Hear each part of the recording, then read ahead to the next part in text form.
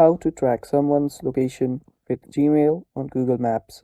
Hello guys, this is Atticus from App Hacks, and in today's video I'll teach you guys how you can track someone's location with Gmail on Google Maps. Now let's get started. So the first thing you can do is just go to your Google account. Now you can go to Google account with your Gmail or even your Google Chrome. Now after you do that, tap on your profile, tap on your account again, and scroll down till you find manage your Google account option. After you find that, tap on it, and after you tap on it, you will go to your Google account right like this.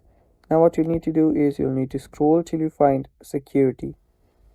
Tap on security, and after you've in the security section, scroll down.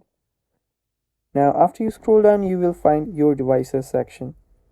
Now right here, what you'll need to do is tap on find a lost device. Now after you tap on find a lost device, what will happen is you will now get to choose a device.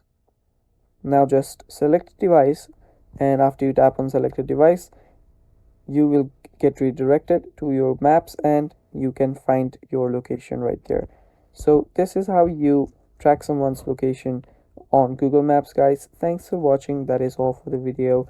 If you're new to our channel, go down below and hit the subscribe button so you don't miss out on our future videos.